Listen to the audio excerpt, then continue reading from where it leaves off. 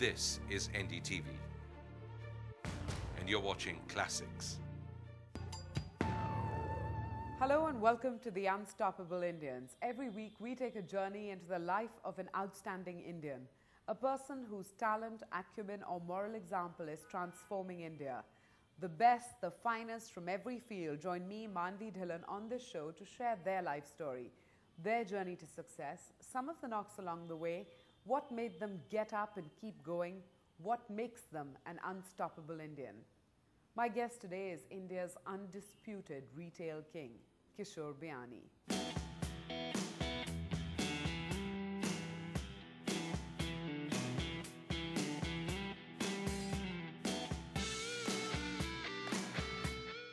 Here's why Kishore Biani is the Raja of retail in India. For 2 decades, he has led India's retail growth. Today, the Future Group has many businesses across the consumption space, including consumer finance, retail real estate development, and retail logistics. But pure retail is Kishore Biyani's flagship business.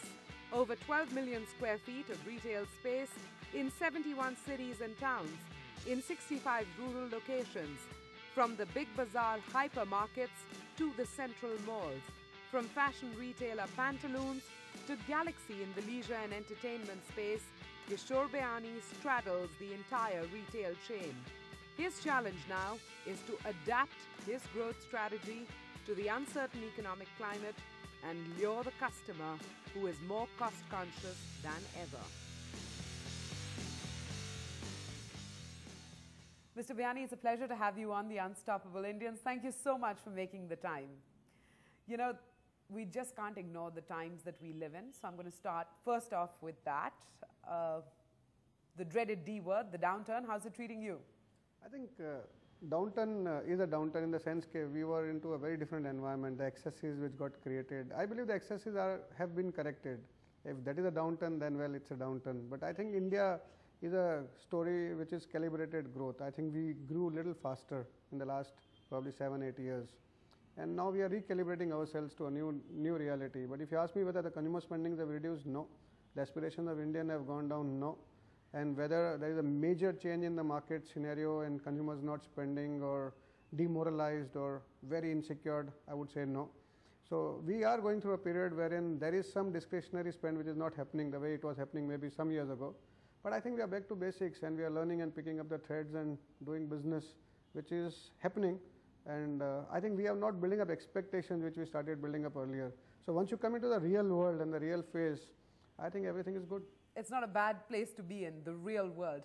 And you know, it's heartening to note what you've just said about the Indian consumer, because you really have your pulse on the Indian consumer. It's legendary how you spend a lot of time in your stores observing them. So you are saying that the Indian consumer can save the day in a sense, because many observers are betting on the Indian consumer. That's the right bet? I think absolutely. Look at India, a billion customers. Where do you find billion customers on this part of the world? So I think India and China, if they start consuming, all the problems of the whole marketplace will get over. And I think Indians have not consumed much. We are basically a consumer of commodities and basic goods. In the last 10 years, we have started consuming value-added products and services, and that's the aspirations. We moved into the mobile phones. We bypassed the electronic typewriters, moved into the computer state of. So we are going to bypass a lot of technology events and move into consumption in a different way.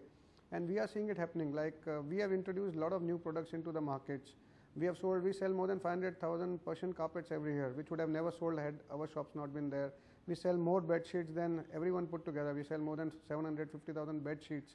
We sell around 20 lakh DVD players every year. So we are creating consumption in a way which we believe helps to grow the economy.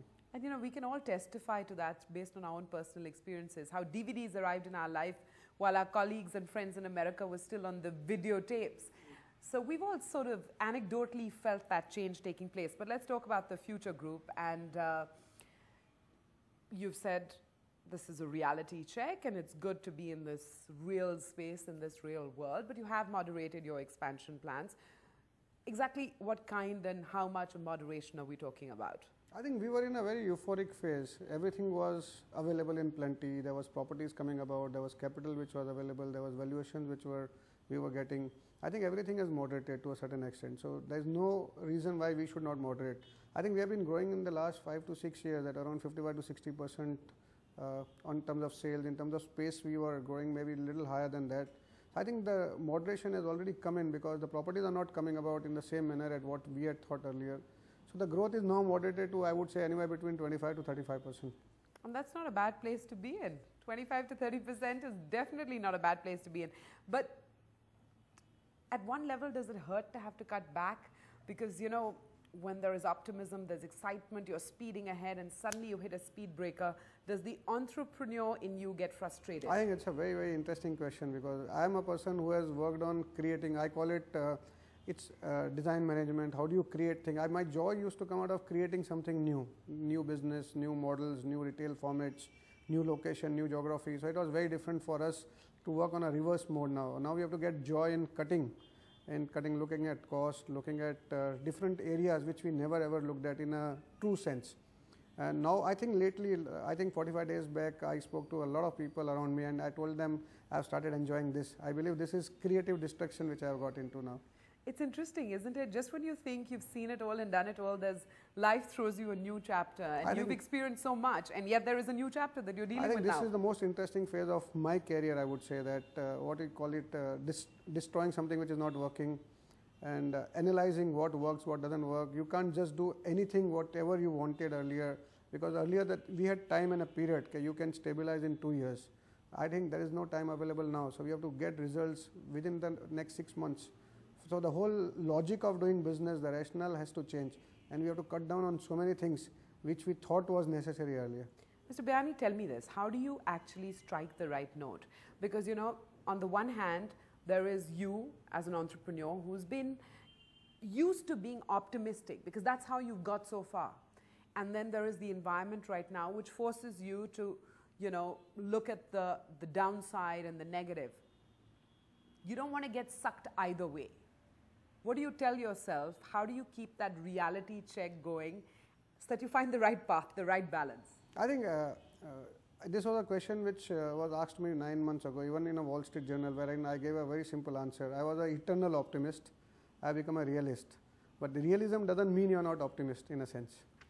You know, there is a silver lining in all of this, and that is, of course, that real estate prices have moderated. So I'm sure the opportunist in you has seen an opportunity in that, right? A lot of costs have come down, which would have never ever had come down. I think there is an amount of benefits which we can get today, which you could not fathom or imagine also maybe 10 months ago. Okay, this is a tough one. In the last couple of months, we have seen all of the conglomerates who with great fanfare had entered retail, shutting stores, literally redrawing their business plans, not modifying, redrawing it.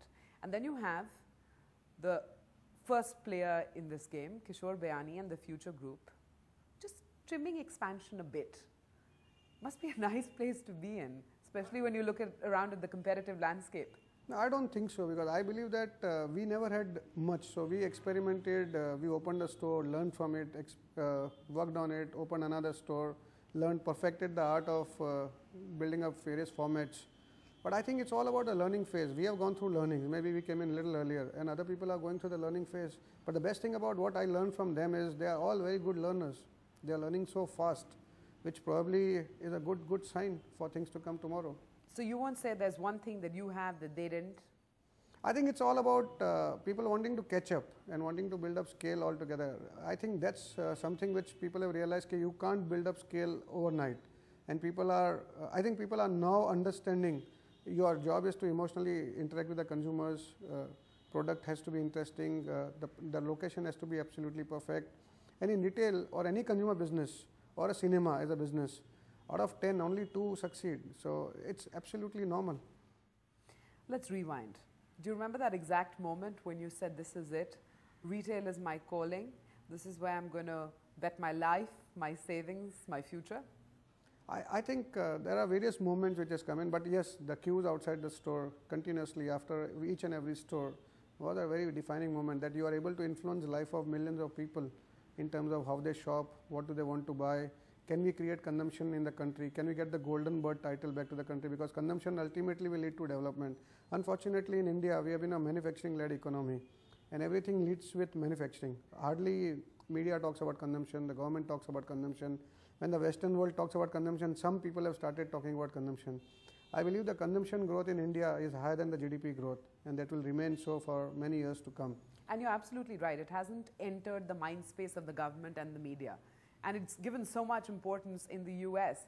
But I want to talk about your life and your journey, and the last 12 years particularly, because they've been very, very dramatic. For those who haven't read your book, what are the key chapters, and how did each of those chapters mold and influence you as a leader, as a businessman, as an entrepreneur? I think it's been a journey from a fabric manufacturer to a supplier to the garment industry, from making your own brand of garments to opening up some stores, smaller stores, then getting into the larger stores, then opening the hypermarket. I think that was another eventful moment when we did that. Then I think another format which opened up, which clicked very well, Central, was a very defining moment. Then we decided we want to be a part of the entire consumption space. That was a very, very important moment for us. How can we capture the entire consumption space of the Indian consumer? So we went into financial services, we went into home retail, and we went into other categories of consumption like leisure entertainment, dining out, restaurants and all, then into gyms and salons. So I think every moment has been defining moment. When we changed gears and when we changed track, I think Big Bazaar was the defining moment, Central was another defining moment, and Future Group creation was a defining moment. How can we be a part of the India's consumption story?